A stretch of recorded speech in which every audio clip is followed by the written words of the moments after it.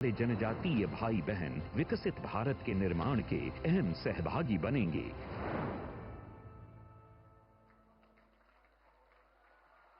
बधाई आप सभी को, आभार माननीय प्रधानमंत्री महोदय का। देवियों सज्जनों, चाहे पीएम जनमन कार्यक्रम हो, धरती आबा जनजातीय ग्राम उत्कर्ष अभियान हो या ऐसे अन्य अनेक प्रयास, बीते लगभग एक वर्ष में ही 1 लाख करोड़ रुपए से अधिक की लागत वाले इन कार्यक्रमों के पीछे माननीय प्रधानमंत्री महोदय की एक ही सोच है, एक ही संकल्प है और एक ही सपना है कि देश के प्रत्येक जनजातीय परिवार और व्यक्ति तक सभी मूलभूत सुविधाओं की पहुंच सुनिश्चित की जा सके, जिससे उनका जीवन स्तर बेहतर हो, उनके जीवन में खुशहाली हो। आइए उनकी सोच को, उनके संकल्पों को नमन करें और उनसे निवेदन करें, इस अवसर पर अपने संबोधन से हम सबको कृतार्थ करें। माननीय प्रधानमंत्री श्री नरेंद्र मोदी जी।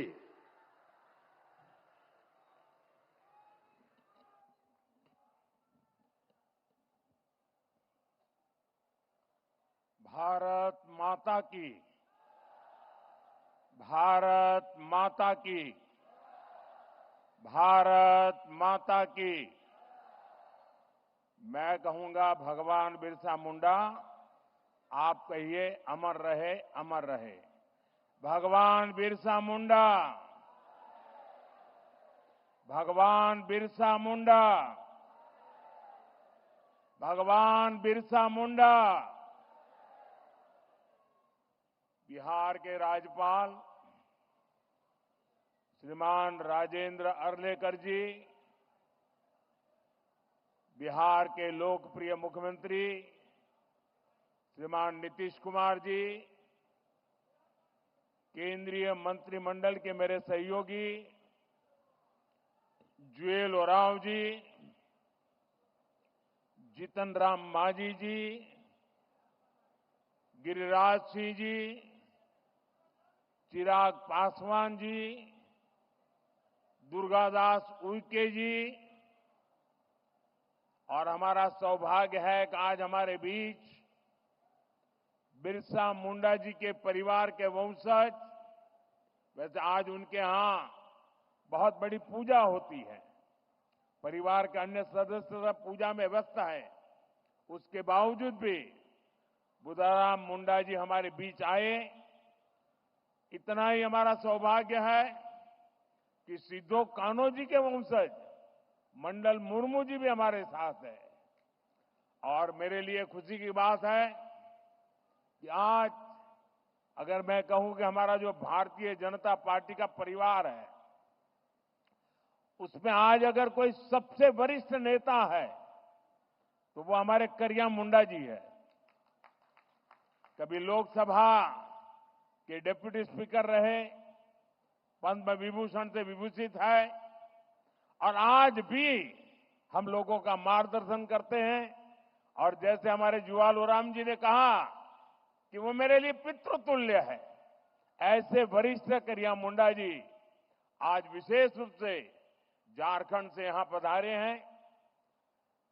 बिहार के उप मुख्यमंत्री मेरे मित्र भाई विजय कुमार सिन्हा जी, भाई सम्राट चौधरी जी, बिहार सरकार के मंत्रीगण, सांसदगण, विधायकगण, अन्य जनप्रतिनिधि, देश के कोने कोने से जुड़े सभी महानुभाव और जमुई के मेरे प्यारे भाई और बहनों,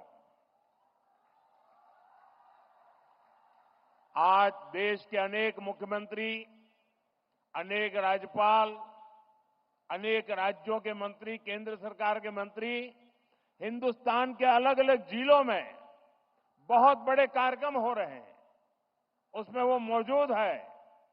मैं उन सबका भी स्वागत करता हूं और वर्चुअली हमारे साथ जुड़े देश के करोड़ों करोड़ों मेरे आदिवासी भाई बहनों को भी मैं यहां से प्रणाम करता हूं।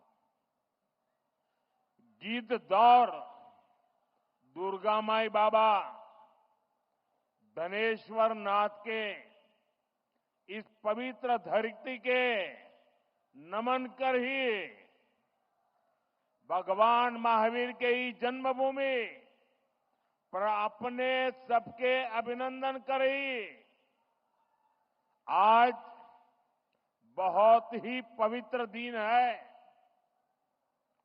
आज कार्तिक पूर्णिमा है, देव दीपावली है और आज गुरु नानक देव जी का 555वां प्रकाश पर्व भी है।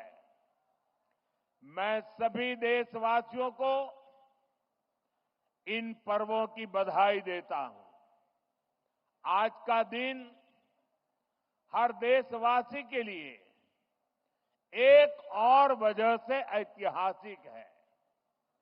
आज भगवान बिरसा मुंडा की जन्म जयंती है। राष्ट्रीय जनजातीय गौरव दिवस है। मैं सभी देशवासियों को और खास तौर पर अपने आदिवासी भाई बहनों को जनजातीय गौरव दिवस की बधाई देता हूं। मुझे बताया गया है कि इन पर्वों से पहले जम्मू में पिछले 2-3 दिन बहुत बड़े पैमाने पर यहां के लोगों ने स्वच्छता का अभियान चलाया है। प्रशासन के लोग, उन्होंने भी स्वच्छता के अभियान का नेतृत्व किया। हमारे विजय जी तो यहां डेरा डाल करके बैठे थे। भारतीय जनता पार्टी के कार्यकर्ताओं ने भी स्वच्छता का बहुत बड़ा अभियान चलाया। यहां के नागरिकों ने, युवकों ने, माताओं बहनों ने, खुद ने भी इसको आगे बढ़ाया। इस विशेष प्रयास के लिए मैं जमुई के लोगों की भी बहुत बहुत सराहना करता हूं। साथियों, पिछले वर्ष आज के दिन मैं धरती आबा बिरसा मुंडा के गांव उलीहातू में था। आज उस धरती पर आया हूं जिसने शहीद तिलका मांझी का शौर्य देखा है। लेकिन इस बार का ये आयोजन और भी खास है। आज से पूरे देश में भगवान बिरसा मुंडा की 150वीं जन्म जयंती के उत्सव शुरू हो रहे हैं। ये कार्यक्रम अगले 1 साल तक चलेगा। मुझे खुशी है कि आज देश के सैकड़ों जिलों के करीब 1 करोड़ लोग, जरा जमुई के लोग गर्व करिए, ये जमुई के लोगों के लिए गर्व का दिन है।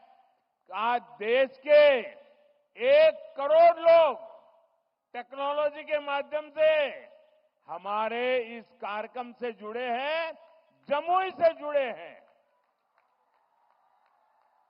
मैं सभी का अभिनंदन करता हूं। अभी मुझे यहां भगवान बिरसा मुंडा के वंशज श्री बुधराम मुंडा जी का भी स्वागत सत्कार करने का सौभाग्य मिला है। सिद्धो कान्हो जी के वंशज श्री मंडल मुर्मू जी का भी मुझे कुछ दिन पहले ही सत्कार करने का सौभाग्य मिला था। उनकी उपस्थिति से इस आयोजन की शोभा और बढ़ गई है। साथियों, धरती आबा बिरसा मुंडा के इस भव्य स्मरण के बीच आज 6,000 करोड़ रुपए से अधिक की परियोजनाओं का शिलान्यास और लोकार्पण हुआ है। इनमें मेरे आदिवासी भाई बहनों के लिए करीब 1.5 लाख पक्के घरों के स्वीकृति पत्र है। आदिवासी बच्चों का भविष्य संवारने वाले स्कूल है, हॉस्टल है, आदिवासी महिलाओं के लिए स्वास्थ्य सुविधाएं हैं, आदिवासी क्षेत्रों को जोड़ने वाली सैकड़ों किलोमीटर की सड़कें हैं, आदिवासी संस्कृति को समर्पित म्यूजियम है, रिसर्च सेंटर है। आज 11,000 से अधिक आदिवासी परिवारों का अपने नए घर में देव दीपावली के दिन गृह प्रवेश भी हो रहा है। मैं सभी जनजातीय परिवारजनों को इसके लिए बहुत बहुत बधाई देता हूं। साथियों, आज जब हम जनजातीय गौरव दिवस मना रहे हैं, आज जब हम जनजातीय गौरव वर्ष की शुरुआत कर रहे हैं, तब ये समझना भी बहुत जरूरी है कि इस आयोजन की आवश्यकता क्यों हुई। ये इतिहास के एक बहुत बड़े अन्याय को दूर करने का एक ईमानदार प्रयास है।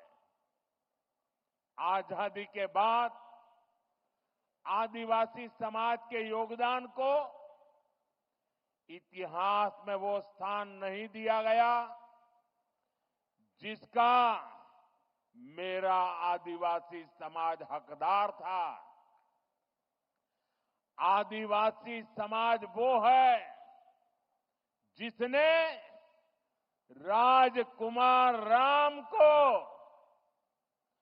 भगवान राम बनाया। आदिवासी समाज वो है जिसने भारत की संस्कृति और आजादी की रक्षा के लिए सैकड़ों वर्षों की लड़ाई को नेतृत्व दिया। लेकिन आजादी के बाद के दशकों में आदिवासी इतिहास के इस अनमोल योगदान को मिटाने की कोशिशें की गई। इसके पीछे भी स्वार्थ भरी राजनीति थी। राजनीति ये कि भारत की आजादी के लिए सिर्फ एक ही दल को श्रेय दिया जाए, लेकिन अगर एक ही दल, एक ही परिवार ने आजादी दिलाई तो भगवान बिरसा मुंडा का उल गुलान आंदोलन क्यों हुआ था? संथाल क्रांति क्या थी? कोल क्रांति क्या थी? क्या हम महाराणा प्रताप के साथी उन रणबांकुरे भीलों को भूल सकते हैं क्या? कौन भूल सकता है सह्याद्री के घने जंगलों में छत्रपति शिवाजी महाराज को ताकत देने वाले जनजातीय भाई बहनों को? कौन भूल सकता है अल्लूरी सीताराम राजू जी के नेतृत्व में आदिवासियों द्वारा की गई भारत माता की सेवा को? तिलका मांझी, सिद्धू कान्हो, बुधू भगत, तीरथ सिंह, तेलंखरिया, गोविंद गुरु, तेलंगाना के रामजी गौंड, एमपी के बादल भोई, राजा शंकर शाह, कुंवर रघुनाथ शाह, मैं कितने ही नाम लूं।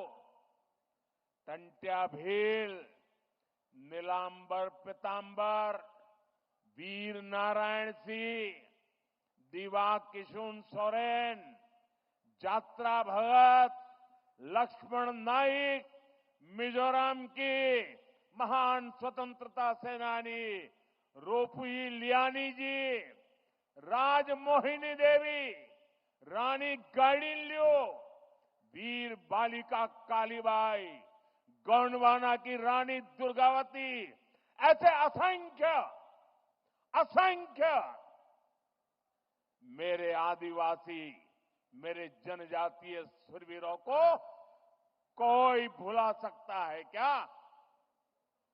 मानगढ़ में अंग्रेजों ने जो नरसंहार किया था, हजारों मेरे आदिवासी भाई बहनों को मौत के घाट उतार दिया गया था, क्या हम उसे भूल सकते हैं? साथियों, संस्कृति हो या फिर सामाजिक न्याय, आज की ये एनडीए सरकार का मानस कुछ अलग ही है। मैं इसे भाजपा ही नहीं बल्कि एनडीए का सौभाग्य मानता हूं कि हमें द्रौपदी मुर्मू जी को राष्ट्रपति बनाने का अवसर मिला। वो देश की पहली आदिवासी राष्ट्रपति है।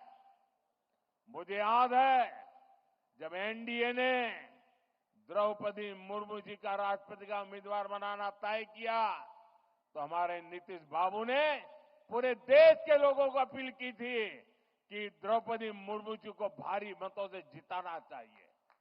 आज जिस पीएम जनमन योजना के तहत अनेक काम शुरू हुए हैं, उसका श्रेय भी राष्ट्रपति द्रौपदी मुर्मू जी को ही जाता है। जब वो झारखंड की राज्यपाल थी और फिर जब वो राष्ट्रपति बनी तो अक्सर मुझसे आदिवासियों में भी अति पिछड़ी आदिवासी जनजातियों का जिक्र किया करती थी। इन अति पिछड़ी आदिवासी जनजातियों की पहले की सरकारों ने कोई परवाह ही नहीं की थी। इनके जीवन से मुश्किलें कम करने के लिए ही 24,000 करोड़ रुपए की पीएम जनमन योजना शुरू की गई। पीएम जनमन योजना से देश की सबसे पिछड़ी जनजातियों की बस्तियों का विकास सुनिश्चित हो रहा है।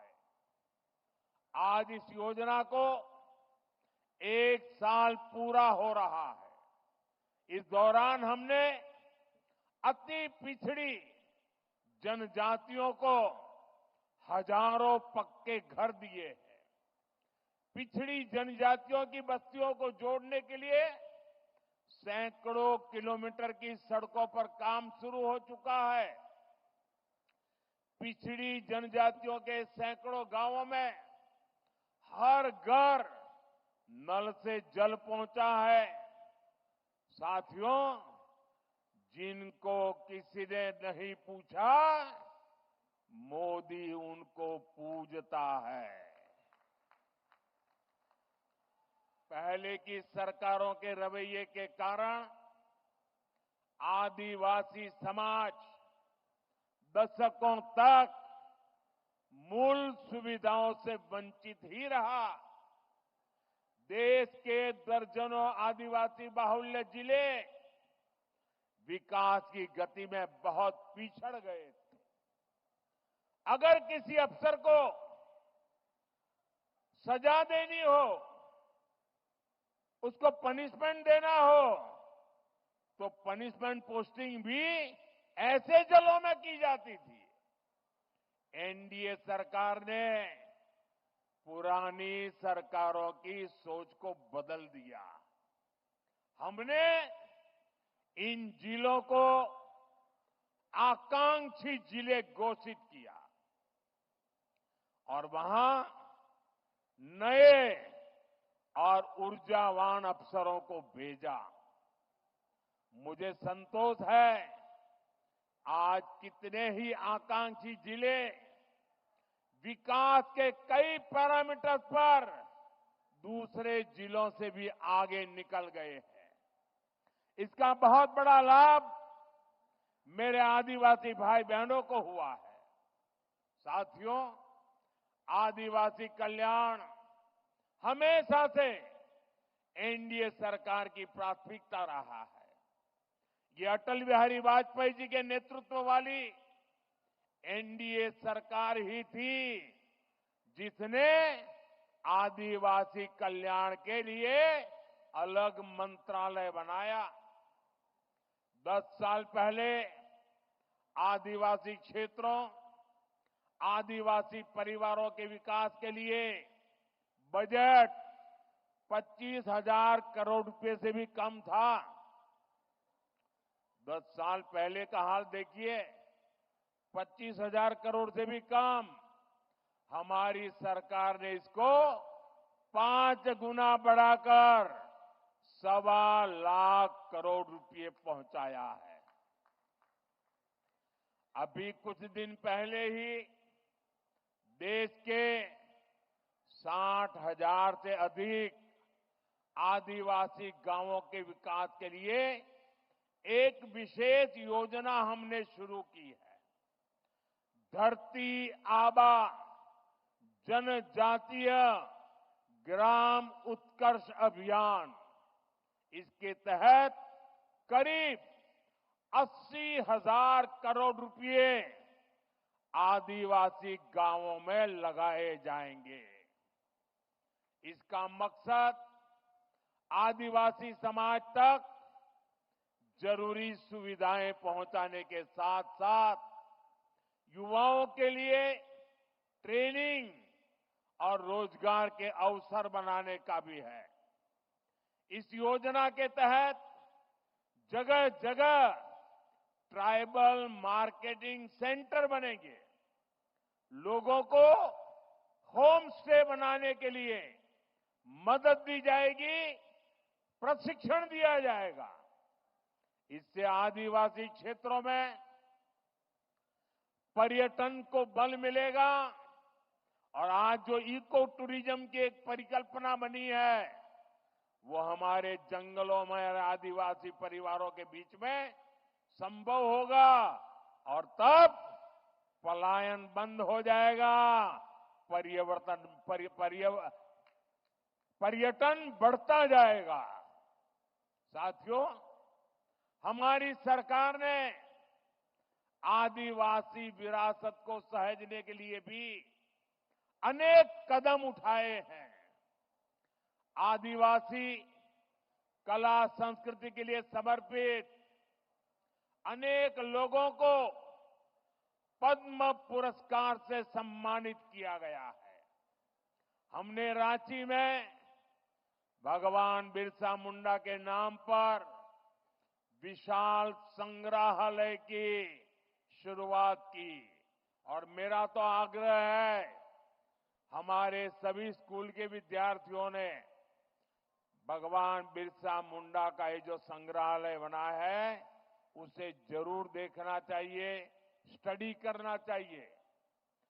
आज मुझे खुशी है कि आज मध्य प्रदेश के छिंदवाड़ा में बादल भोई म्यूजियम और मध्य प्रदेश में ही जबलपुर में राजा शंकर शाह, कुंवर रघुनाथ शाह संग्रहालय का उद्घाटन हुआ है। आज ही श्रीनगर और सिक्किम में 2 आदिवासी रिसर्च सेंटर का भी उद्घाटन हुआ है और आज ही भगवान बिरसा मुंडा जी की याद में स्मारक सिक्का और डाक टिकट जारी किए गए हैं। ये प्रयास देश को आदिवासी शौर्य और गौरव की निरंतर याद दिलाते रहेंगे। साथियों, आदिवासी समाज का भारत की पुरातन चिकित्सा पद्धति में भी बहुत बड़ा योगदान है। इस धरोहर को भी सुरक्षित किया जा रहा है और भावी पीढ़ी के लिए नए आयाम भी जोड़े जा रहे हैं। एनडीए सरकार ने लेह में national institute of Sowa Rigpa की स्थापना की है। अरुणाचल प्रदेश में north eastern institute of Ayurveda and folk medicine research को अपग्रेड किया गया है। WHO का global centre for traditional medicine भी भारत में बन रहा है। इससे भी भारत के आदिवासियों की परंपरागत चिकित्सा पद्धति देश दुनिया तक पहुंचेगी। साथियों, जनजातीय समाज की पढ़ाई, कमाई और दवाई, इस पर हमारी सरकार का बहुत जोर है। आज डॉक्टरी हो, इंजीनियरिंग हो, सेना हो, एरोप्लेन पायलट हो, हर प्रोफेशन में आदिवासी बेटे बेटियां आगे आ रहे हैं। ये सब इसलिए हो रहा है क्योंकि बीते दशक में स्कूल से लेकर उच्च शिक्षा तक आदिवासी क्षेत्रों में बेहतर संभावनाएं बनी है। आजादी के 6-7 दशक बाद भी देश में एक ही सेंट्रल ट्राइबल यूनिवर्सिटी थी। बीते 10 सालों में एनडीए ने, इस सरकार ने 2 नई सेंट्रल ट्राइबल यूनिवर्सिटी देश को दी है। इन वर्षों में अनेक डिग्री कॉलेज, अनेक इंजीनियरिंग कॉलेज, दर्जनों आईटीआई आदिवासी बाहुल्य जिलों में बने हैं। बीते 10 साल में आदिवासी जिलों में 30 नए मेडिकल कॉलेज भी बने हैं और कई मेडिकल कॉलेज पर काम जारी है। यहां जमुई में भी नया मेडिकल कॉलेज बन रहा है। हम देश भर में 700 से अधिक एकलव्य स्कूलों का एक मजबूत नेटवर्क भी बना रहे हैं। साथियों, मेडिकल, इंजीनियरिंग और टेक्निकल शिक्षा में आदिवासी समाज के सामने भाषा की भी एक बहुत बड़ी समस्या रही है। हमारी सरकार ने मातृभाषा में परीक्षा के विकल्प दिए हैं। इन फैसलों ने आदिवासी समाज के बच्चों को नया हौसला दिया है, उनके सपनों को नए पंख लगाए हैं। साथियों, बीते 10 साल में आदिवासी नौजवानों ने स्पोर्ट्स में भी, खेलकूद में भी कमाल किया है। इंटरनेशनल टूर्नामेंट में भारत के लिए मेडल जीतने वालों में ट्राइबल खिलाड़ियों का बहुत बड़ा योगदान है। आदिवासी युवाओं की इस प्रतिभा को देखते हुए जनजातीय क्षेत्रों में खेल सुविधाओं का विस्तार किया जा रहा है। खेलो इंडिया अभियान के तहत आधुनिक मैदान, स्पोर्ट्स कॉम्प्लेक्स आदिवासी बाहुल जिलों में बनाए जा रहे हैं। भारत की पहली नेशनल स्पोर्ट्स यूनिवर्सिटी भी मणिपुर में बनाई गई है। साथियों, आजादी के बाद 70 साल तक हमारे देश में बांस से जुड़े कानून बहुत सख्त थे। इससे आदिवासी समाज सबसे ज्यादा परेशान था। हमारी सरकार ने बांस काटने से जुड़े कानूनों को सरल किया। पहले ही की सरकार के समय सिर्फ 8-10 वन उपज, उस पर ही एमएसपी मिला करती थी। ये एनडीए सरकार ही है जो अब करीब 90 वन उपजों को एमएसपी के दायरे में लाई है।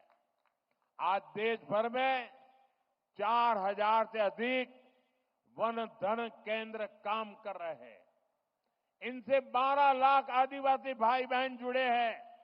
उनको कमाई का बेहतर साधन मिला है। साथियों, जब से लखपति दीदी अभियान शुरू हुआ है, तब से करीब 20 लाख आदिवासी समाज की बहनें लखपति दीदी बन चुकी है। और लखपति दीदी का मतलब ये नहीं है कि एक बार 1 लाख, हर वर्ष 1 लाख रुपए के भी ज्यादा कमाई वो मेरी लखपति दीदी है। अनेक आदिवासी परिवार कपड़ों, खिलौनों, साज सज्जा के शानदार सामान बनाने के काम में जुटे हैं। ऐसे हर सामान के लिए हम बड़े शहरों में हाट बाजार लगा रहे हैं। यहां पर भी बहुत बड़ा हाट लगा है, देखने जैसा है। मैं आधे घंटे तक वहीं घूम रहा था। हिंदुस्तान के अलग अलग जिलों से मेरे आदिवासी भाई बहन आए हुए हैं और क्या बढ़िया बढ़िया चीजें बनाई है। देख करके मैं तो हैरान था। आपसे भी मेरा आग्रह है, उसे देखिए भी और कुछ मन कर जाए तो खरीद भी कीजिए। इंटरनेट पर भी इसके लिए एक वैश्विक बाजार बना रहे हैं। मैं खुद भी जब विदेशी नेताओं को गिफ्ट देता हूं तो इसमें बहुत बड़ी संख्या में आदिवासी भाई बहनों द्वारा बनाए गए सामान में भेंट करता हूं। हाल में ही मैंने झारखंड की सोहराई पेंटिंग, मध्य प्रदेश की गोंड पेंटिंग और महाराष्ट्र की वारली पेंटिंग विदेश के बड़े बड़े नेताओं को भेंट की है। अब उन सरकारों के अंदर दीवारों पर ये चित्र नजर आएंगे। इससे आपके हुनर, आपकी कला का दुनिया में भी यश बढ़ रहा है। साथियों, पढ़ाई और कमाई का लाभ तभी मिल पाता है जब परिवार स्वस्थ रहे। आदिवासी समाज के लिए सिकल सेल एनीमिया की बीमारी एक बहुत बड़ी चुनौती रही है। हमारी सरकार ने इससे निपटने के लिए राष्ट्रीय अभियान चलाया है। इसको शुरू हुए 1 साल हो चुका है। इस दौरान करीब 4.5 करोड़ साथियों की स्क्रीनिंग हुई है। आदिवासी परिवारों को अन्य बीमारियों की जांच के लिए ज्यादा दूर जाना न पड़े, इसके लिए बड़ी संख्या में आयुष्मान आरोग्य मंदिर बनाए जा रहे हैं। दुर्गम से दुर्गम इलाकों में भी मोबाइल मेडिकल यूनिट स्थापित की जा रही है। साथियों, आज भारत पूरी दुनिया में क्लाइमेट चेंज के खिलाफ लड़ाई का, पर्यावरण की रक्षा का बड़ा नाम बना है। ऐसा इसलिए क्योंकि हमारे विचारों के मूल में आदिवासी समाज के सिखाए संस्कार है। इसलिए मैं प्रकृति प्रेमी आदिवासी समाज की बातें पूरी दुनिया में बताने की कोशिश करता हूं। आदिवासी समाज सूर्य और वायु को, पेड़ पौधों को पूजने वाला समाज है। मैं इस पावन दिवस पर एक और जानकारी आपको देना चाहता हूं। भगवान बिरसा मुंडा की 150वीं जन्म जयंती के उपलक्ष्य में देश के आदिवासी बाहुल्य जिलों में बिरसा मुंडा जनजातीय गौरव उपवन बनाए जाएंगे। बिरसा मुंडा जनजातीय गौरव उपवन में 500,000 वृक्ष लगाए जाएंगे। मुझे पूरा भरोसा है इसके लिए सभी का साथ मिलेगा, सबका सहयोग मिलेगा। साथियों, भगवान बिरसा मुंडा की जयंती का ये उत्सव हमें बड़े संकल्पों को तय करने की प्रेरणा देता है। हम मिलकर देश के आदिवासी विचारों को नए भारत के निर्माण का आधार बनाएंगे। हम मिलकर आदिवासी समाज की विरासत को सहेजेंगे। हम मिलकर उन परंपराओं से सीखेंगे जो सदियों से आदिवासी समाज ने संरक्षित कर रखी है।